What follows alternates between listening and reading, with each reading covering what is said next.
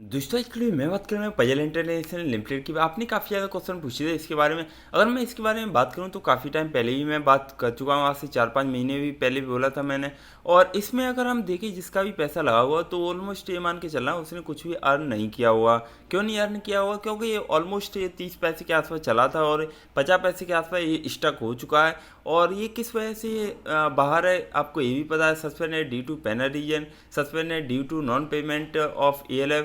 मतलब ना तो इन्होंने भाई कोई भी अपना जो लिस्टिंग फीस होती है 10 लाख जमा करनी होती है सेबी को, वो भी नहीं दी है। और बहुत सारी एक्टिविटी हो चुकी जिसकी वजह से सेबी ने फाइनली ये बोल दिया है कि भाई हम आपको ना मार्केट में बिल्कुल भी नहीं रखने वाले। अब इसका ये रीज़न है क्यों, बहुत सारे बंदे ना ऐसे हैं जिनके पैसा लगा हुआ, अब वो बोल रहे हैं कि हमारा पैसा डूब तो नहीं गया, क्या हम इसमें बर्बाद हो चुके हैं, हमारा पैसा वापस मिलेगा नहीं मिलेगा। तो उनके लिए मैं ये वीडियो लेकर आया हूँ। तो अभी तक आपने चैनल को सब्सक्राइब नहीं किया भाई चैनल को सब्सक्राइब जरूर कर लें और वीडियो को लाइक जरूर करना बिल्कुल भी ना भूलें, क्योंकि बहुत सारे बंदे ना वीडियो लाइक नहीं करते। अगर हम पजल इंटरनेशनल की बात करें तो ऐसे टाइप के जो पेनी स्टॉक उनसे आपको बचना चाहिए।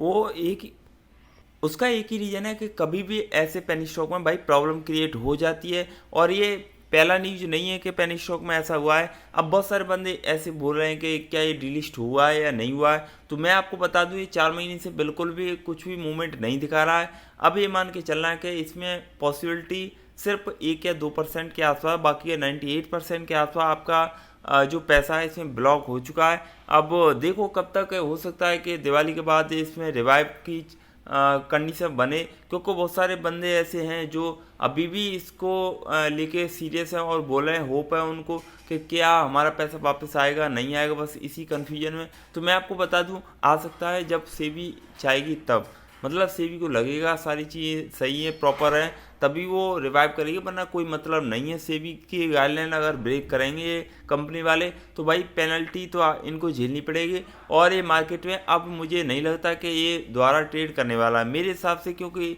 इतना ज़्यादा प्रॉब्लम हो चुका है। 5 से 7 महीने के आसपास इसमें कुछ भी पैसा अर्न नहीं किया है, सिर्फ और सिर्फ इसे फंसा है। तो जो न्यू इन्वेस्टर है जो मार्केट में नया आता है उसको बस यही देखना है कि भाई हमारे जो 100 रुपये लगा है वो 10,000 बन जाए, मतलब इस तरह की ख्वाब लेके आता है तो वो ट्रैप हो जाता है। बाकी ऑपरेटर कमाल कर जाते हैं, वो अपना पैसा लेके यहाँ से निकल जाते हैं।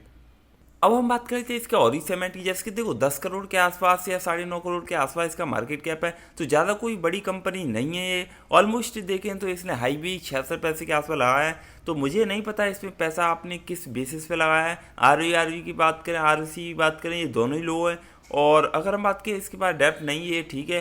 बाकी अगर आपको मेन बात बता दूं, अगर आपने बैलेंस शीट पढ़ना नहीं आता या फिर आपने कभी बैलेंस शीट पढ़ के पैसा नहीं लगाया तो एक चीज़ ध्यान में रखना, हमेशा उसकी बैलेंस शीट पढ़ें। क्या सेल्स है, क्या ग्रोथ है, क्या ऑपरेटिंग प्रॉफिट है, क्या नेट प्रॉफिट है, क्या कंपनी इंटरेस्ट पे कर रही है नहीं कर रही है, और कितना पे कर रही है, उससे कितना उसे फ़ायदा हो रहा है, ये सारी चीज़ें। और उसका कंपनी का बिजनेस कैसा है, कंपनी आने वाले टाइम में ग्रो करेगी नहीं करेगी, ये कुछ पैरामीटर है जो आपको ध्यान में रखने पड़ेंगे, वरना आप ऐसे ही लूज करते रहोगे पैसा। ऐसे ही पेनी स्टॉक में पैसा लगाओगे और ये पेनी स्टॉक मार्केट से आउट हो जाएंगे और फिर आपको पता नहीं चलेगा कि भाई हमारे साथ क्या हुआ। बहुत ज़्यादा ट्रैप हो जाते हैं यहाँ पे, मैं बता रहा हूँ फिर से।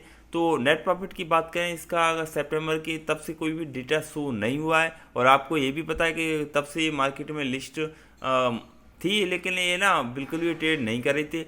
नेट प्रॉफिट हमेशा 10 लाख 16 लाख बीच में बिल्कुल नहीं हुआ, तो ये ऑलमोस्ट ये मान के चलना प्रॉफिट मेकिंग कंपनी नहीं है। ऑलमोस्ट इनको एक साल के लिए भाई 10 लाख पे करना पड़ता है, इनकी तो इतनी नेट प्रॉफिट है, तो ये कंपनी बिल्कुल भी बेकार है मेरे हिसाब से। पता नहीं आपने क्यों इसमें पैसा लगा दिया, ये काफ़ी ज़्यादा बेकार कंपनी है। इसमें आपका पैसा अगर रिवाइव हो जाए तो बहुत बढ़िया बात है, वरना ये तो इसमें ये मान के चला आपका पैसा इसमें ब्लॉक हो चुका है। अब हम बात करते हैं जो भी बंदा है ये बोल रहे हैं कि भाई हमारा पैसा वापस आएगा नहीं आएगा, तो इसमें मैं आपको बताना चाहूँगा कि बहुत सारे पेनी स्टॉक ऐसे हैं जो आपका पैसा लेके भाग जाती कंपनी है। छोटी छोटी कंपनी होती है वो मार्केट से आउट हुई जब भी होगी तो ये समझ लेना कि आपका पैसा वहाँ पर फंस चुका। मुझे नहीं पता आपने कितना पैसा इसमें लगाया हो, आपके पास कितनी क्वांटिटी है, नीचे कमेंट करिए जरूर बताइए ना पजल इंटरनेशनल की आपके पास कितनी क्वांटिटी है, आपने किस लेवल पे इसे बाई किया था, क्या आपने प्रॉफिट किया है या नहीं किया। क्योंकि मुझे अब जानना ज़रूरी है कि जो मेरा व्यूअर्स है वो भाई कब एंटर हुआ है, क्या 30 पैसे के आसपास एंटर हुआ है या फिर 20 पैसे के आसपास एंटर हुआ है। और ये बहुत ज़्यादा बेकार बात है अगर कंपनी इस तरह की एक्टिविटी करती है या फिर सेबी इन्हें पेनलाइज करती है, किस वजह से करती है ये समझ में नहीं आ रहा है। बहुत सारे रीजन होते हैं जैसे मैंने आपको बताया। एक तो ये कंपनी एएलएफ जो एनुअल लिस्टिंग फीस होती है वो पे नहीं करती, जिसकी वजह से पेनलाइज कर देती है। दूसरी बात ये है कि कंपनी में अगर कुछ भी हरकत चलेगी, मतलब ऐसी एक्टिविटी होगी जो सेबी को अच्छी नहीं लगी, तो पेनलाइज कर देगी। तीसरी हरकत ये है कि अगर ऑपरेटर इसमें कमाल कर रहे हैं, मतलब कि 10-10 12-12% के आसपास पैसे लगा रहे हैं एक एक दिन में, जो घातक होता है किसी भी कंपनी के शेयर प्राइस के लिए, तो भाई पेनलाइज कर देगी। और अगर उसको ये लगेगा कि नहीं इसमें हो सकता है काफ़ी ज़्यादा मूवमेंट नहीं देखने मिल रहा है और कुछ चीज़ें हैं जो कंपनी हाइड करना चाहती है, सेबी को बिल्कुल भी प्रॉपर नहीं बता रही है, तो पेनलाइज कर देगी। क्योंकि बहुत सारे ना कंपनी डेटा हाइड करती हैं जो क्लियर शो नहीं करती है सेबी को, भाई हमारा क्या क्वार्टरली रिजल्ट है, क्या कैसे क्या हम क्या करेंगे आने वाले टाइम में, हमारा क्या ग्रोथ रेशियो रहेगा। ये सारी चीज़ें अगर आप छुपाओगे ना तो भाई सेबी बिल्कुल भी आपको माफ़ नहीं करने वाला। और वैसे भी पहले तो नहीं, लेकिन अब बहुत ज़्यादा स्ट्रिक्ट हो चुका है, तो इनकी जो पॉलिसी है इनको ब्रेक करना इनके लिए घातक हो सकता है सारी कंपनी के लिए। अब मैं बात कर लेता हूँ जो मेरा न्यू व्यूवर्स है या फिर जो पहले से है न्यू व्यूवर्स, तो इसमें पैसा लगा ही नहीं सकता क्योंकि वो मार्केट से ये आउट है। और डीलिस्ट की बात करें तो 98% के आसपास चांस है कि इसमें अब कुछ नहीं हो सकता। बाकी का 2% के आसपास देख लो, अगर आप हो सकता है कि होप हो फिर से रिवाइव हो जाए। बाकी पैसा आपका मेरे हिसाब से तो स्टक हो चुका है, इससे उम्मीद बिल्कुल लगाना बेकार है। इसमें बिल्कुल भी अगर आप सोच रहे हैं ना कि मेरा पैसा वापस आ जाएगा, तो भाई ये आप सोचते रहिए। और आने वाले टाइम में मैं आपको बता रहा हूँ कि अच्छी अच्छी कंपनी के बारे में सोचें और जितना हो सके उतना कम पेनी स्टॉक में इन्वेस्ट करें। अगर आप पेनी स्टॉक में ज़्यादा इन्वेस्ट कर रहे हैं तो बहुत ज़्यादा प्रॉब्लम की बात है कि ये अगर आप करते रहोगे फिर आपका पैसा कभी भी ग्रो नहीं होगा, उल्टा आपका जो पैसा वो ब्लॉक ही होता रहेगा ऐसी कंपनी में। तो सारे पेनी स्टॉक आपने ले रखे हैं, 10-12 पेनी स्टॉक में पैसा ला रखा है, तो उनमें से कम कीजिए और सिर्फ 2-3 में रखिए पैसा। और वो भी इतना नहीं कि आप उसमें लाखों करोड़ों की क्वांटिटी उठा लो, बिल्कुल भी नहीं। लर्निंग पर्पज से आप ले सकते हैं, चाहे आप 100 क्वांटिटी लें या फिर 1000 क्वांटिटी लें, या फिर आप अपने हिसाब से देख सकते हैं आपका कितना कैपिटल है ये तो नहीं पता, लेकिन फिर भी मैं आपको बताना चाहूँगा पेनी स्टॉक से जितना हो सके उतना अभी फ़िलहाल बचें। क्योंकि जब से ये डाउनफॉल में गए हैं सारे पेनी स्टॉक, फिर से रिवाइव नहीं होती है। वैसे ही आपको पता है कि अगर कोई हल्की सी न्यूज आ जाए ना,